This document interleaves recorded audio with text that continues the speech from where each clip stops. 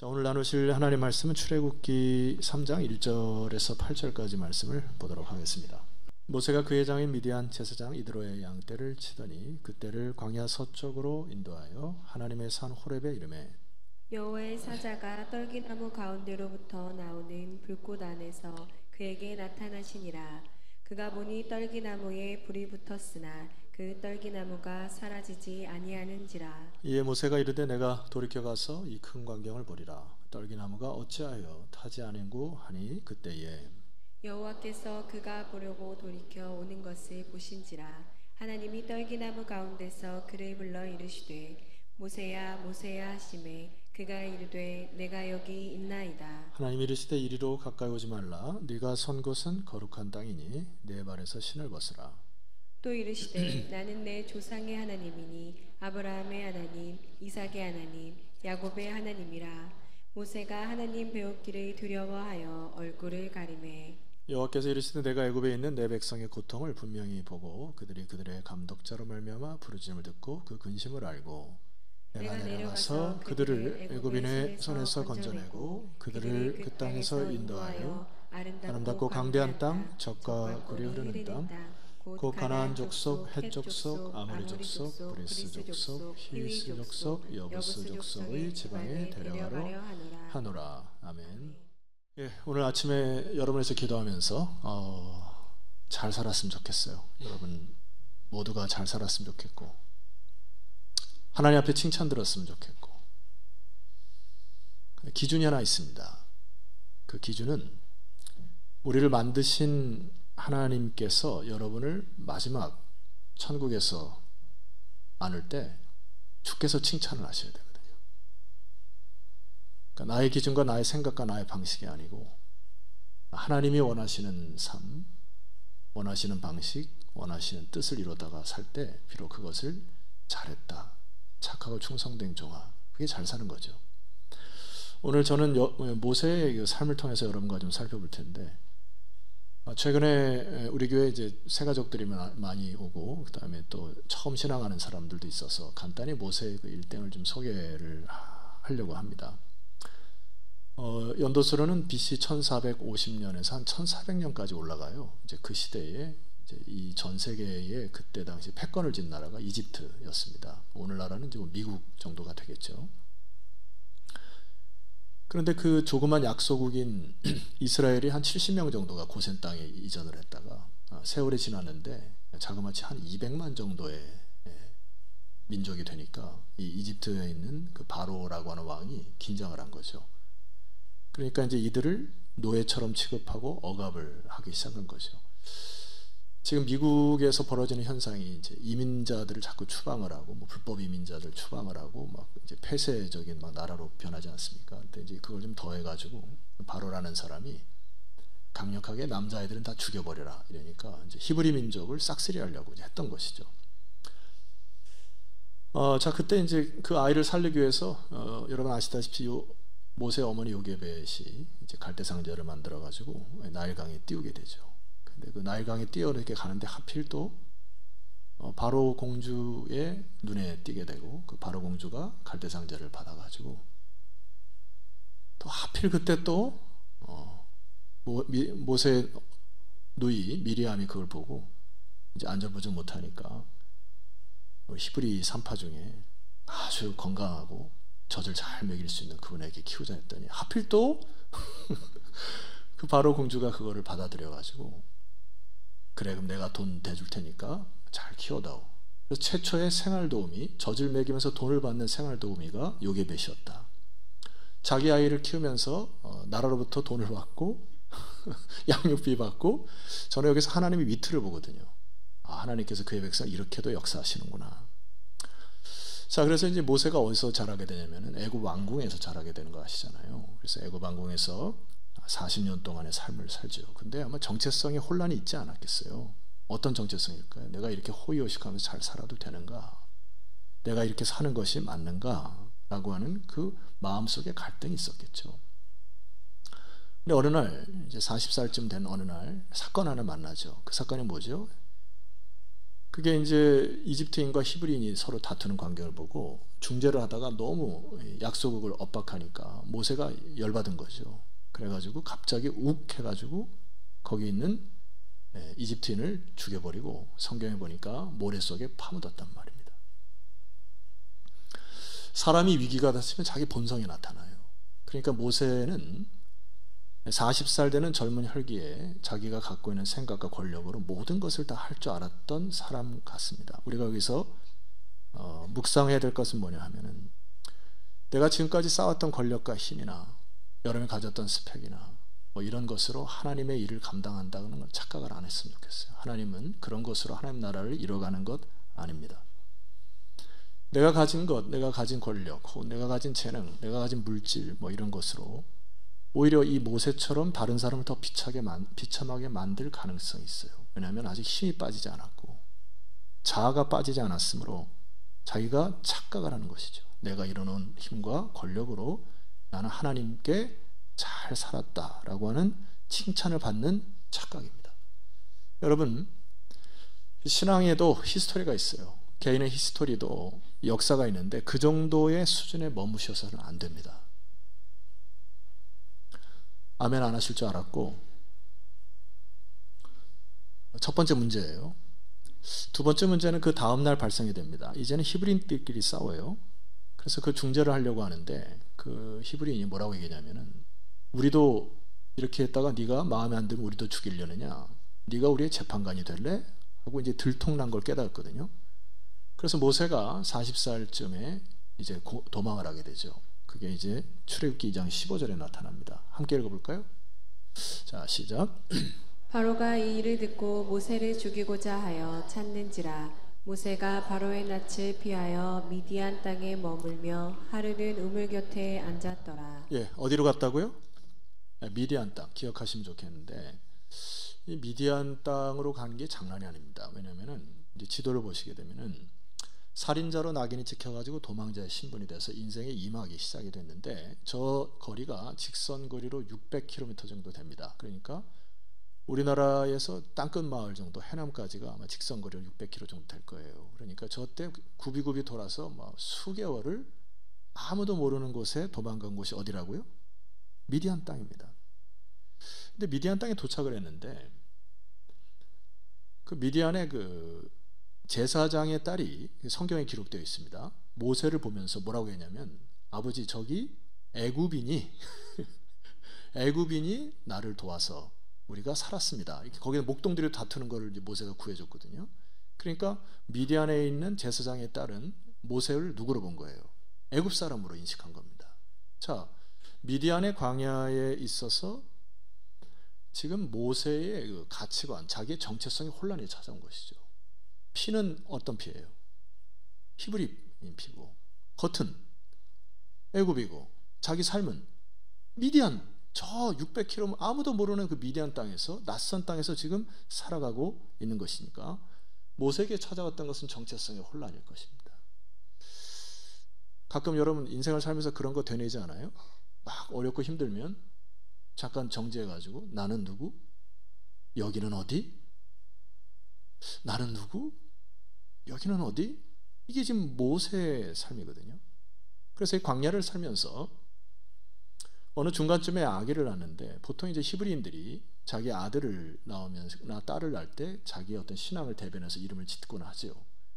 우리나라도 그렇지 않습니까? 여러분들 아기들 낳을 때 기도하면서 짓지 않아요? 기도하면서 지으시길 바랍니다.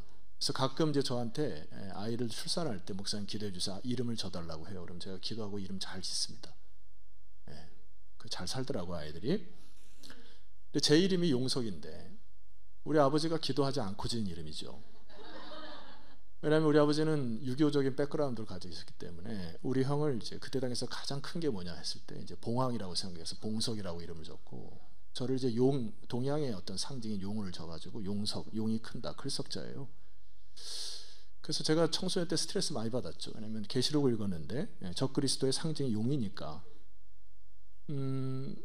야 이게 내가 나중에 정말 그랬어요. 이게 순수한 내가 나중에 적그리스도가 되나 보다 막 이런 것들. 기도 안 하고 지은 이름 확실하죠.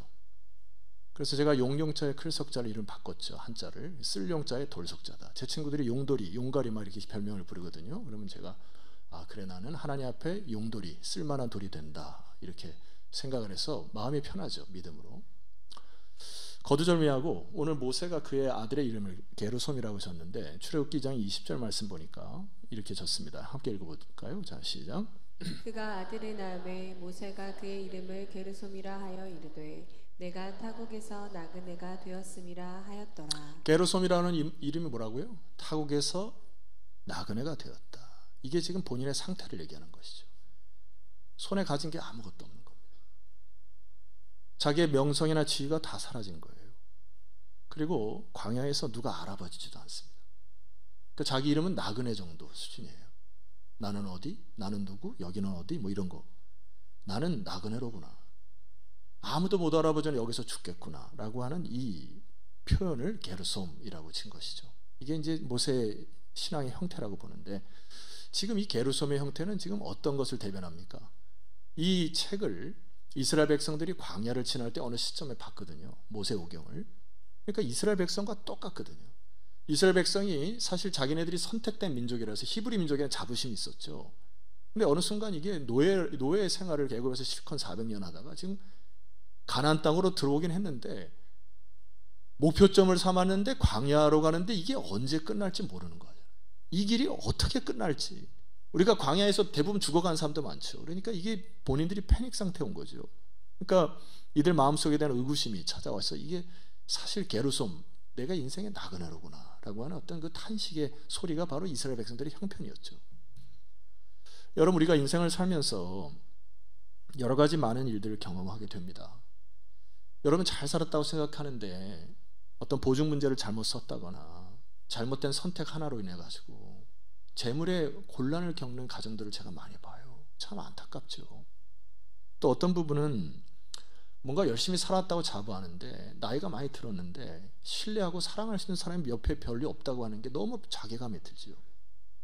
뿐만 아니라 여러분, 예기치 못한 질병이 찾아올 때는 우리는 사실 인생이 이게 광야고 나그네 같은 것을 대변할 수밖에 없죠. 이 그림을 하나 봐주시면 이분이 이제 박위라고 하는 청년인데 2014년 당시에 이때 당시에 이 친구가 하나님을 믿고 교회를 다녔다가 평소에 술도 좋아하지 않고 하는데 친구들의 어떤 유혹에 있어서 술 한 잔을 먹으러 어디 뭐 갔던 모양입니다. 그런데 이제 지어주세요. 근데 그날따라 친구들끼리 놀다가 2층에 올라갔는데 서로 이렇게 뭐 하다가 갑자기 술 취한 김에 이렇게 놀다가 2층에서 떨어진 거예요. 그래가지고 이 척추 신경을 다쳐가지고 결과적으로 척추 마비, 그래서 하반신 마비가 돼서 지금 휠체어 생활을 하거든요. 근데 이때 당시에 그 아버지가 그 KBS PD 대 박찬홍 감독이라고 유명한 분인데, 이분이 이제 아들이 그 마지막 밤에 나갈 때 친구들 놀다 올게요. 그래서 이제 아버지가 야, 너 아들 아빠랑 오래오래 살자, 그 말을 했는데 그 다음 그 밤에 자기 아들이 떨어졌다는 소리를 듣고 병원으로 달려가는데 뭐 평생 불구로 산다는 이 소식을 들으니까 이 아버지가 자기가 괜한 말을 했다고 막 자책을 하는 거죠.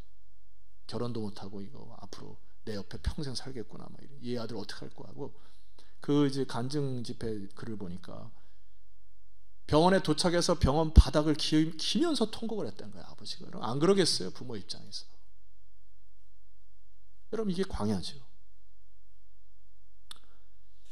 개인의 상황이 때로 찾아오는 절망으로 허덕일 때가 있고 예기치 않은 질병과 고통으로 인해서 여러분 인생이 망가질 때가 있죠.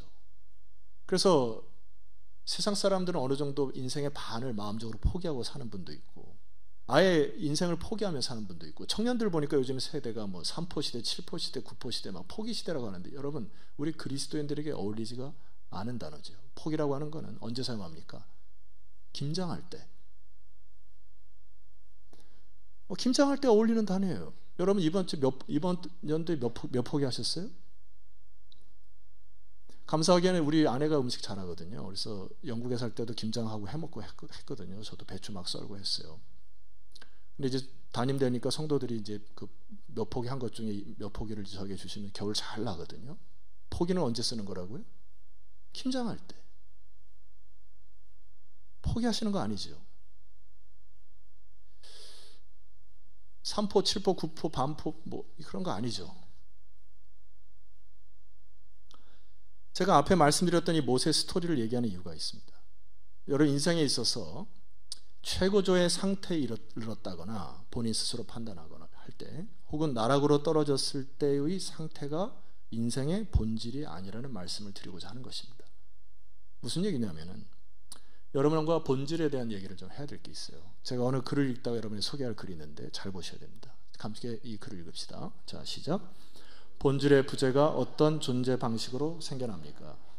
관계는 있는데 소통은 없고, 예술의 영혼이 없고, 사회의 질서가 없고, 법의 원칙이 없고, 예배에 하나님의 임재가 없고, 교회에 예수 그리스도가 없다. 뭐가 빠져서 이렇게 된다고요? 본질. 하나님께서 나를 부르신 본질, 내가 살아갈 이유에 대한 본질이 빠져버리니까 혼돈이 찾아온다. 너무나 간단하죠. 우리 지금 정치 세계를 보게 되면은 사법체계, 행정체계, 입법체계도 무너지죠. 왜입니까? 본질을 잃어버렸기 때문이에요. 우리들이 나라의 지도자를 뽑는다는 것은 국민을 위해서 뽑아야 되는데, 어느 한 당에 아주 이제 은퇴를 하셔가지고, 사실 그 멘토와 같은 한 분이 이제 인터뷰하는 장면을 제가 들었습니다. 그랬더니 이런 얘기를 하셔요. 지금 우리 당은 국민을 위하여 깨어있는 정치인들이 부족해서 오로지 다음의 권력이나 다음 대선에서 살아남고자 하는 잔머리들 때문에 당이 망가지고 있다. 이게 정확한 진단 아닙니까? 본질이 사라지니까 나라에 혼란이 찾아오는 거거든요. 여러분, 나라를 위해서 기도하셔야 되죠. 입으로만 아멘 하시지 마시고, 정말 나라가 걱정된다면 우리 기독교인들이 오셔서 하나님께 기도하셔야죠. 질문할 것은 여러분의 가정은 어떻습니까? 부부간에, 부모와 자녀 간의 소통이 잘 되고 있는가요? 본질이 빠지니까 혼돈이 찾아온다는 것이죠. 개인적으로는요, 여러분 주님 앞에 서면 칭찬받을 것 같습니까? 오늘 저녁에 주님 오신다면 우리가 다시 생각해야 될 게 본질이에요. 본질이라고 하는 건 부르심이라는 말씀을 드리고 있습니다. 인간의 최대의 본질의 회복은 부르심입니다. 무슨 얘기냐면, 모세가 지금까지 살아왔을 때 하나님을 알았었겠죠. 자기 어머니가 신앙 교육을 했겠죠. 자기 어머니의 젖을 빨고 살았고, 어머니가 히브리 교육으로 신앙 양육을 했겠죠. 그래서 그의 인생은 하나님을 알면서 애굽 왕자로 살아갔고, 미디안의 광야에서 살면서 나의 정체성은 누군가 끊임없이 고뇌했겠죠. 그런데 하나님께서 그에게 찾아오셔서 그를 부르시거든요. 여러분, 이게 본질이라는 얘기입니다. 출애굽기 3장 1절에 보니까 이 부분을 함께 읽어야 되겠습니다. 자, 시작. 모세가 그의 장인 미디안 제사장 이드로의 양떼를 치더니 그 떼를 광야 서쪽으로 인도하여 하나님의 산 호렙에 이르매. 예, 여기 여러분이 놓치는 하나님께서 모세를 통해 얘기하는 두 가지 복선이 있습니다. 첫 번째는 서쪽이라고 하는 단어입니다. 히브리 문학 기법 중에 동쪽으로 간다라고 하는 것은 하나님을 떠난다라는 의미예요. 그래서 여러분, 에덴에 죄를 졌을 때 동쪽으로 갔다 써 있죠. 그것은 하나님 멀리 떠나서 동쪽으로 갔다는 얘기입니다. 여러분들이 그 출애굽기에 하나님께서 말씀하신 그 성막대로 짓죠. 그 성막을 들어오는 문이 어디로 나 있습니까? 그림 준비 안 했는데 동쪽으로 나 있죠. 그래서 대제사장과 제사장들이 동쪽으로 들어와서 서쪽에 있는 지성소로 들어오게 됩니다. 이게 동쪽은 하나님을 떠나는 것을 상징하고, 서쪽으로 오는 것은 하나님의 임재를 사모하는 방향의 믿음의 전환인 것이죠. 그래서 그 유명한 작품이 하나가 있죠. 달마가 동쪽으로 간 이유. 아무도 모르죠. 여기 모세가 서쪽으로 간 이유가 뭘까요? 광야 서쪽으로 인도하여. 두 번째 복선이 하나 있습니다. 호렙이라는 그 단어 앞에 뭐가 적혀 있습니까? 하나님의 산 호렙에 이르렀다. 여러분, 호렙이라고 하는 그때 당시에 이 뜻이 뭐냐면은 황폐, 적막이라고 하는 산입니다.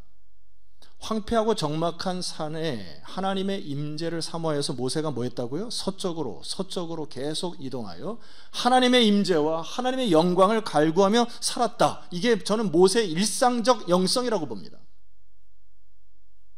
여러분, 부탁합니다. 여러분, 하나님 아실 거예요. 그리고 하나님 믿으실 겁니다. 그러나 부르심을 경험했냐 말입니다. 하나님께서 여러분에게 세미한 인생을 나타나셔서 여러분에게 사명을 맡기셨냐고요? 내가 살아갈 이유, 돈을 벌어야 할 이유, 그런 것을 깨달으셨냐고요? 만약에 그렇지 못했다면 있는 척 하지 마시고 목마른 사슴이 시냇물을 찾아 헤매어 갈급하듯이 내 영혼이 주를 찾기에 갈급합니다라고는 모세의 일상적 영성을 회복하셔야 해요. 그냥 일반적으로 살아가는 게 아니고 내가 하나님을 안다, 믿는다 그 정도가 아니고 하나님께서 나를 부르신 이유가 무엇인지, 만약에 이것이 없다면 우리는 서쪽으로 하나님의 임재를 사모하여 일상적 영성으로 목마른 사슴이 시냇물을 갈구하듯이 갈구하는 영성이 회복되어야 하나님이 만나신다고요. 여러분, 그 단계를 놓치시면 안 됩니다. 그래서 이 하나님께서 모세를 만나 주시거든요. 그동안 하나님을 몰랐던 사람이 아닙니다. 하나님을 어렸을 때부터 배웠어요. 여러분 주일학교 다 다녔던 거 다 알아요. 근데 모세는 하나님을 갈망하여 하나님의 임재를 경험하는 이 순간이 중요하다고요. 어떤 방식으로 하나님 역사하실 것입니다. 그런데 이제 모세에게 나타나셨던 역사가 굉장히 좋은 부분인데 여러분에게 말씀드리겠습니다. 2절과 3절을 우리 함께 읽고 제가 좀 설명할게요. 여호와의 사자가 시작. 여호와의 사자가 떨기나무 가운데로부터 나오는 불꽃 안에서 그에게 나타나시니라. 그가 보니 떨기나무에 불이 붙었으나 그 떨기나무가 사라지지 아니하는지라. 이에 모세가 이르되 내가 돌이켜 가서 이 큰 광경을 보리라. 떨기나무가 어찌하여 타지 아니하는고 하니 그때에. 자, 여기 줄을 하나 그시고 따라오실 때가 있습니다. 큰 광경이라고 하는 단어인데 여기에 이제 히브리 단어에 마레라고 하는 단어가 쓰여 있는데 이거는 우리말로 표현하면은 현상 혹은 환상 이렇게 표현할 수가 있습니다. 그러니까 선지자들에게 하나님께서 말씀하실 때 때로는 음성으로, 어떤 글로, 어떤 상황으로 역사하시잖아요. 그러니까 이 모세가 이거를 하나님께서 말씀하시는 메시지로 받았다는 얘기잖아요. 그러니까 여기에 2절에 나와 있는 떨기나무, 불꽃 이런 거를 단순히 그냥 현상으로 바라보는 게 아니고 보여지는 것이 아니고 그 안에 하나님께서 메시지를 담으셨다는 얘기죠. 그걸 동의하시면 따라오시는 겁니까? 예. 자, 그러면 왜 하필 떨기나무냐 말이에요. 여러분 떨기나무라고 하면 집에 가서 유튜브 치시면은 그냥 그 광야에 이렇게 물이 바짝 마르면은 떨기나무 이게 숲들이 이렇게 떨어져 가지고 막 굴러다니고 광야에 흔하게 보이는 나무입니다. 여러분 이스라엘 백성들이 제일 좋아하는 나무가 뭘까요? 그러면 여러분들이 제일 좋아하는 나무는 뭐예요? 그러면 제일 비싼 나무가 뭐예요? 여러분 이왕이면 비싼 나무 혹은 좋은 나무를 좀 거기서 나타나시면 안 되냐고요. 이스라엘 백성들이 제일 좋아하는 게 그 이제 백향목이거든요. 솔로몬이 백향목 이렇게 큰 것을 가지고 기둥을 만드는데 이 떨기나무는 그런 제목감이 아닙니다. 우리 정도 표현하면은 저기 백두산에 있는 소나무 이런 걸 하나님께서 야 소나무를 잠깐 들여 내가 거기서 나타나 이래도 되는 거 아니에요? 좀 안 좋아요? 아니 편백나무 나타나서 향으로 하나님께 역사하시면 되는 왜 떨기나무냐고요. 떨기나무의 모양이 모세 형편과 동일한 것이고요. 이스라엘의 지금 위치와 동일한 것입니다. 보잘것없고 하찮을것없고 나그네와 같이 다 잃어버린 존재. 그 광야에서 떨기나무가 있더라도 이름도 아무도 관심도 없던 그런 존재가 떨기나무의 존재가 모세의 인생이었다는 얘기예요. 그것이 이스라엘의 인생이었다. 자, 그런데 그 떨기나무 같은 모세를 하나님이 찾아오셔서 여기 이제 제가 히브리 어원을 보니까 불꽃 중앙에서 나타나셔 이런 표현입니다. 그리고 불꽃으로 말씀하셔 이런 표현이에요. 그런데 이상한 현상이죠. 불이 나타났는데 타지가 않은 광경은 무슨 의미일까요? 성경에 이 모세가 특별히 불하고는 친한 사람인데 제가 시내산을 딱 한 번을 가봤는데 시내산 가면 빡빡산입니다. 풀 한 폭이 없는 정상에 가면 아예 없어요. 그래서 제가 그때 느꼈던 거는 하나님이 모세에게 임재하셨을 때 소멸하는 불로서 모든 산이 다 타 지금까지 하나님의 존재 가운데 풀 한 포기가 없는 민둥산이 되었다 이런 느낌을 할 정도로 빡빡산입니다. 그러니까 하나님이 나타나시면 뭔가 막 불처럼 역사하는데 하나님께서 여기서 나타나실 때 불꽃 가운데 나타났을 불구하고 그 떨기나무가 타지 않았다는 말씀은 무슨 얘기예요? 너희들의 인생이 앞으로 불과 같은 역사, 불과 같은 환난이 있을지라도 내가 너를 보호하겠다고 하는 약속, 하나님의 임재를 경험한 것입니다. 이걸 붙들고 모세가 평생을 달려가서 마지막에 여호와의 종이라고 하는 하나님의 임재를 끝까지 붙드는 하나님의 사도가 됐거든요. 선지자가. 이것들을 구약 성경을 보면 많은 선지자들이 인용을 해서 하나님의 역사를 불꽃으로 표현하는 경우가 많습니다. 한 군데만 얘기해 볼게요. 이사야 44장 1절에 보니까 제가 한 3, 4절 읽을 텐데 여러분 믿음이 동의하시면 아멘으로 하답해주시면 감사하겠습니다. 자, 제가 선포합니다. 야곱아, 이스라엘 백성아, 반석교회 성도들아, 여러분에게 말씀하는 거예요. 너를 창조하신 여호와께서 지금 말씀하시느니라. 이스라엘아, 너를 지으신 이가 말씀하시느니라. 선포입니다. 너는 두려워하지 말라. 내가 너를 구속하였고 내가 너를 지명하여 불렀나니 너는 내 것이니라. 말씀하신 거예요. 누가요? 하나님께서 임재로 지금 예배 시간에 2절 네가 물 가운데로 지날 때에 내가 너와 함께 할 것이고 강을 건널 때에 물이 너를 침몰하지 못할 것이고 여기 보세요. 네가 불 가운데로 지날 때에 타지도 아니할 것이요 불꽃이 너를 사르지도 못하리라. 하나님의 임재를 경험한 거죠. 모세가. 아, 그렇구나. 내 인생은 떨기나무같이 아무것도 보잘것없는 나에게 오셔서 내가 앞으로 불 가운데로 지나갈 때 하나님께서 나를 타지도 않게 붙드시는 하나님이 나의 하나님이시로구나. 하나님이 또 얘기하세요. 하나님의 임재를. 뭐라고 얘기하시는 6절. 또 이르시되 나는 내 조상의 하나님이니 아브라함의 하나님, 이삭의 하나님, 야곱의 하나님이니라. 모세가 하나님 배웠기를 두려워하여 얼굴을 가렸습니다. 이게 무슨 말이에요?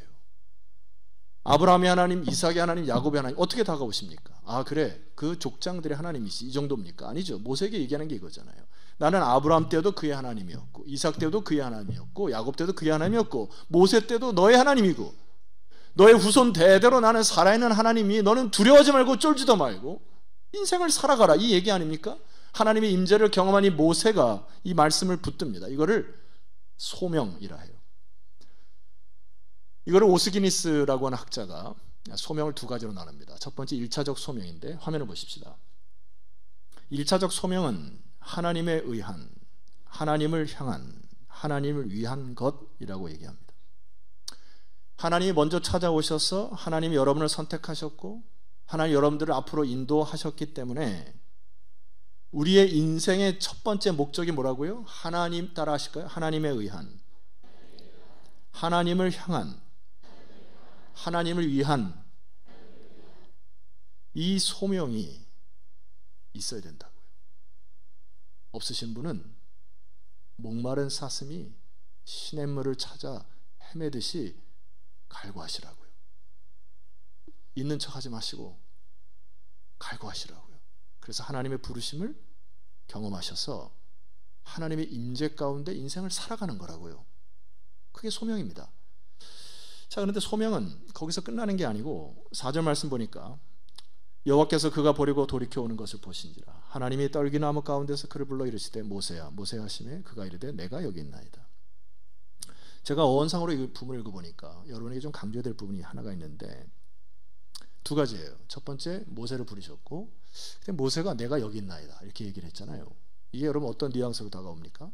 주여, 주님께서 부르시면 제가 발벗고 나서겠습니다. 이게 이런 게 아닌 것 같아요. 히브리어 어원을 잠깐 보니까 이게 이제 히넨이라고 하는 단어가 쓰였는데 그동안에는 자기가 이름이 불려지지 않은 존재였죠. 왜냐하면 애굽의 왕자로 살아가서 아마 애굽의 이름이 또 있었죠.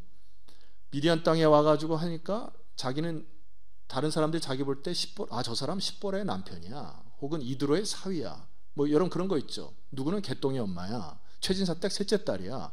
자기 이름이 잊혀진 존재가 있죠. 나는 엄마로서 평생을 사는 거죠. 여러분 맞죠? 평생 밥하면서 사셨죠? 누구 댁이야? 이름이 없어지는 그런 존재에 그런 위기감이, 허탈감이 찾아오는 데가 있죠. 모세가 그랬던 거죠. 애굽에 40년, 광야에 40년 자기 이름 잃어버린 것이죠. 근데 하나님이 그의 이름을 부르시는 것이죠. 모세야. 그러니까 저거 내 이름인데, 주님 제 이름인데요. 그거 이런 느낌이거든요. 하나님 모세에게 뭐라고 얘기하는 겁니까? 모세야, 다른 사람은 다 네 이름을 몰라도 나는 내 이름을 아느니라. 2번 부르시죠? 의심하니까. 모세야, 모세야 부르시거든요.